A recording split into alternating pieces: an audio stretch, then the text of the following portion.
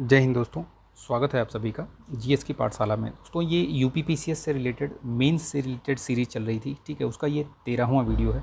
12 video already uploaded है channel पर। अगर आपने नहीं देखा है उन वीडियोज़ को देख लीजिए। बहुत महत्वपूर्ण प्रश्न करवाए हैं और प्रश्नों से ज़्यादा ज़रूरी चीज़ें जो है वो मैंने ये बता रखी है कि कैसे जो है मतलब एक शानदार उत्तर कैसे लिखा जाए, किस तरीके से शुरुआत करी जाए, ठीक है। वो सारी चीज़ें मैंने डिस्कस करी हैं। हर बार डिस्कस करता हूँ, हर बार बताता हूँ, ठीक है। वीडियो को लाइक कीजिएगा, शेयर कर दीजिएगा और चैनल पर नए हैं तो सब्सक्राइब करके बेल आइकन भी प्रेस कर लीजिएगा, ठीक है।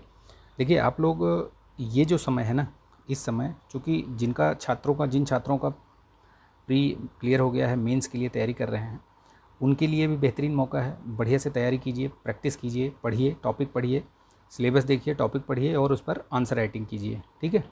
और जिन छात्रों का नहीं हुआ है उनके लिए ये एक बेहतर मौका है। बजाय इसके कि मातम मनाया जाए, हम अपने जो असफलता पर मातम मनाएं, उससे ज़्यादा ज़रूरी है कि अपनी रणनीतियों को बदलें, कमियों को समझें और उस पर काम करें। सबसे अच्छी बात है कि आप मेंस का सिलेबस उठाइए और एक एक पॉइंट पे शॉर्ट नोट्स बनाते हुए चले जाइए। मैंने वो वीडियो भी जो डाला हुआ है 2-3 दिन पहले, जब प्री का रिज़ल्ट आया था उसके बाद मैंने डाला था, तो उसको देख लीजिएगा, ठीक है। लिंक दे दूँगा। तो किस तरीके से आप उसको तैयारी अपनी कर सकते हैं, आगे बढ़ सकते हैं, वो सारी चीज़ मैंने उसमें डिस्कस करी है, ठीक है। उसको देख लीजिएगा। चलिए शुरू करते हैं। देखिए आज का जो प्रश्न है वो है उत्तर प्रदेश की जो प्रमुख जनजातीय समूह हैं उनकी विशेषताओं पर बात करना है, ठीक है, बताना है हमें। ये GS 5 और 6 दोनों मिलाकर है।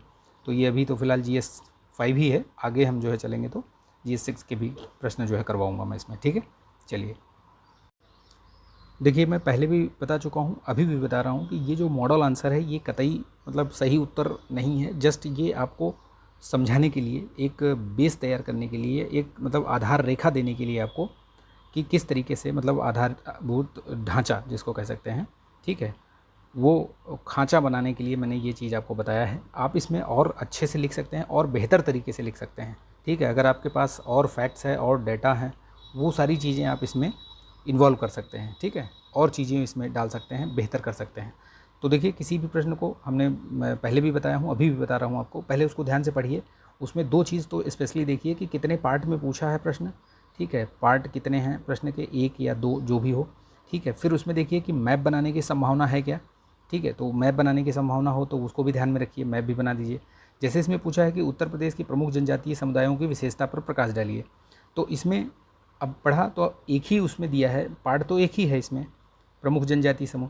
अब इसमें क्या है, मैप भी बना सकते हैं। मैप आप बनाइए उत्तर प्रदेश का, ठीक है, और उसके बाद इसमें आप दिखा दीजिए कि कहाँ कहाँ जनजातीय समूह पाए जाते हैं। तो स्पेशली यही वाला पार्ट जो है वैसे यहाँ पे मुख्यतः पाए जाते हैं, लेकिन कुछ पार्ट हैं जो कुछ यहाँ भी आपको ललितपुर में मिलेंगे, ठीक है, कुछ आपको यहाँ बिजनौर वगैरह में भी मिलेंगे, कुछ इधर तराई क्षेत्र में मिलेंगे।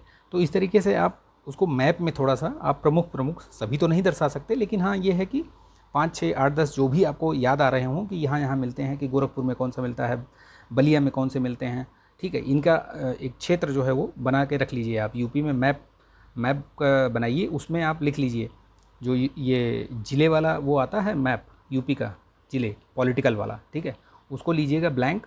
और उसमें जैसे अब यूपी का जहाँ भी, जैसे गोरखपुर में कौन कौन सी मिलती हैं, तो उनको ऐसे ऐसे वहीं पे मेंशन कर दीजिए, ऐसे एरो लगा के।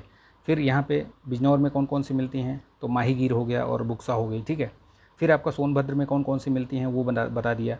यहाँ ललितपुर में एक ही मिलती है वो, ठीक है, सहरिया, ठीक है। तो इस तरीके से आप उसको लिख करके याद कर सकते हैं, ठीक है। ये तरीका है याद करने का, और बार बार देखते रहेंगे तो याद भी रहेगा। जैसे मैंने शुरुआत किया, अब कोई भी प्रश्न लिखते हैं तो सबसे पहले इंट्रो देते हैं 2-3 लाइन का, 4 लाइन का, ठीक है।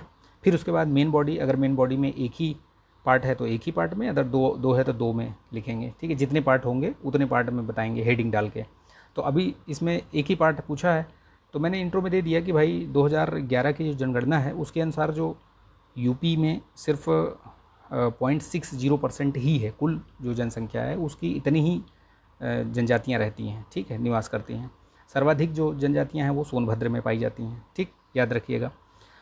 अभी फिर जनजातीय समुदायों की विशेषताएं पूछा है इसमें प्रमुख, तो मैंने यहाँ पे एक छोटा सा मैप बना दिया, ठीक है। यहाँ पे छोटा सा मैप बना के, और देख लीजिए इसमें ऐसे ही आप भी बनाइए, मैप ज़रूर बनाइएगा, और बना के मैंने दिखा दिया। जैसे यहाँ बिजनौर दिखा दिया तो बिजनौर में ये बुक्सा माहीगीर हो गया, यहाँ महाराजगंज में गोंड हो गया, ठीक है, यहाँ थारू ये गोरखपुर में, सोनभद्र में देखो पहाड़िया, बैगा, अगरिया, भुइयाँ, ये सब, ललितपुर में सहारिया केवल, ठीक।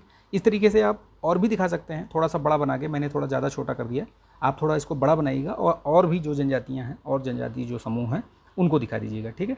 तो इसमें जैसे अब थारू हो गया, ठीक है, थारू के बारे में तो अब चूँकि विशेषता बतानी है तो आप इसमें सिर्फ नाम लिख के नहीं छोड़ सकते हैं, 2-4-5 लाइन आपको लिखनी पड़ेगी। जैसे थारू किरात वंश से होते हैं, ठीक है, कद में छोटे होते हैं, चौड़ी मुखाकृति होती है इनकी, और जो विशेष चीज़ है, विशेष जो स्पेशल है वो ज़रूर बताइएगा। जैसे ये लोग शोक पर्व के रूप में मनाते हैं किसको, दीपावली को, ये सारी चीज़ें ज़रूर लिखना जो स्पेशल हैं, जिनको कि आप प्री में भी पूछा जाता है, ठीक है, तो वो ज़रूर लिखना। जैसे ये बजहर नामक पर्व मनाते हैं, ठीक, ये भी याद रखिएगा। अब जौनसारी हो गया, जौनसारी के बारे में इस तरीके से, मतलब ये जो जनजातियाँ हैं, जनजातीय समूह हैं, उनके बारे में आपको चीज़ें लिखनी हैं। जैसे ये बुक्सा के बारे में मैंने लिख दिया, ठीक है, ये सब, ठीक, स्पेशली देना है कि चामुंडा देवी का जो है ये पूजा करते हैं। जैसे माहीगीर ये बिजनौर ज़िले में ही पाई जाती हैं और मुख्यतः इनका मछली का व्यवसाय है, पकड़ना, ठीक है।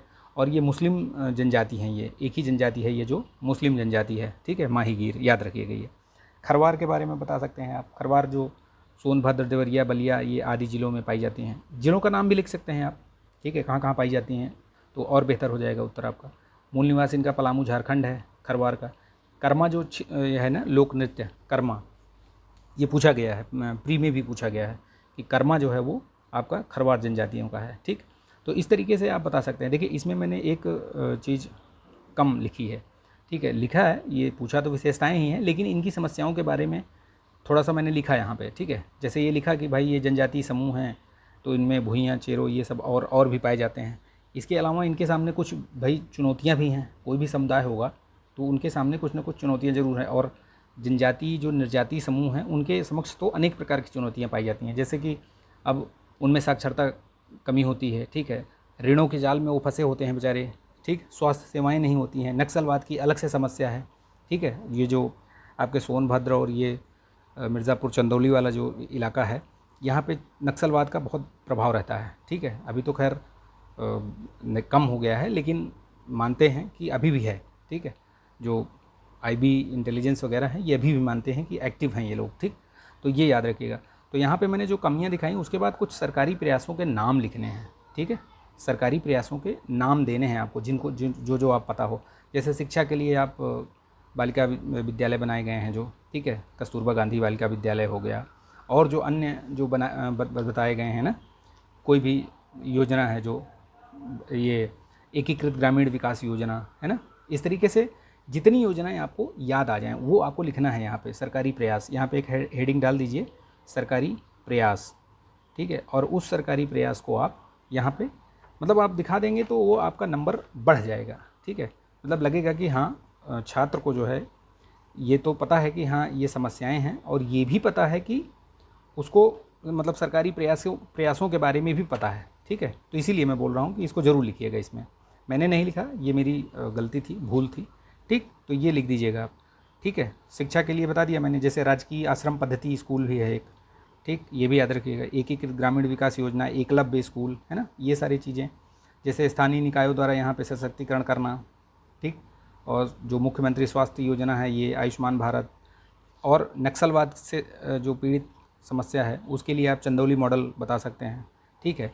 कौशल विकास के लिए अनेक सारी योजनाएं चल रही हैं। तो ये इस तरीके से आप दिखा के फिर आप दिखा सकते हैं इंट्रो और ये कंक्लूज़न में कि उपयुक्त मतलब चुनौतियों को दूर करने के लिए सरकारी प्रयास भी किए जा रहे हैं, सरकारी योजनाएं भी चल रही हैं, उनका सुचारू रूप से क्रियान्वयन किया जाना चाहिए। इन निर्जातीय समूहों का संरक्षण करते हुए समावेशी एवं सतत विकास को प्रोत्साहित करना चाहिए, ठीक है। क्योंकि भाई ये इनका जो मेन जनजाति जो होते हैं, इनकी समस्याएं जंगल ज़मीन है ना, इन्हीं से संबंधित होती हैं। तो ये चीज़ें याद रखिएगा। बेसिकली ये चीज़ मैंने सोचा कि आपको बता दें, और आप प्रैक्टिस कीजिएगा ये, ठीक है। आप लिखने का प्रयास कीजिएगा, फिर से अभ्यास करेंगे तभी होगा, ठीक है। अब पेले ने कहा था एवरीथिंग इज़ प्रैक्टिस, और प्रैक्टिस कैन बीट इंटेलिजेंस, ये भी ध्यान रखिएगा, ठीक। तो ये वीडियो यहीं समाप्त करते हैं। आई होप आपको पसंद आया होगा। वीडियो थोड़ा कम दे पा रहा हूँ क्योंकि मैं भी थोड़ा बिजी हूँ अभी, ठीक है। तो ऐसे ही आपको एक दो वीडियो मिलते रहेंगे। आप प्रैक्टिस करते रहिए, PYQ उठा लाइए, वहीं से प्रैक्टिस करते रहिए, टॉपिक पढ़िए, प्रैक्टिस कीजिए, ठीक है। इस तरीके से आपका अभ्यास मतलब निरंतर चलता रहेगा। और जो टॉपिक जितने भी मतलब सिलेबस वाइज हैं उनको ज़रूर तैयार करिएगा, ठीक है। जिनका हुआ है सिलेक्शन उनके लिए तो ठीक है, जो भी है वो तैयार करेंगे ये 2-3 महीने में, जो भी बचा है 60-70 दिन 80 दिन। लेकिन जो जिनका नहीं हुआ है प्री, उनके लिए बहुत बेहतरीन मौका है, तो इसको गंवाइए मत। 8-9 महीने जो है उसमें मेंस पे काम कीजिए, ठीक है। प्री फोकस्ड होइएगा जब नोटिफिकेशन आ जाएगा, उसके बाद फिर प्री फोकस्ड हो जाइएगा, ठीक। चलिए, तो मिलेंगे नेक्स्ट वीडियो में। जय हिंद।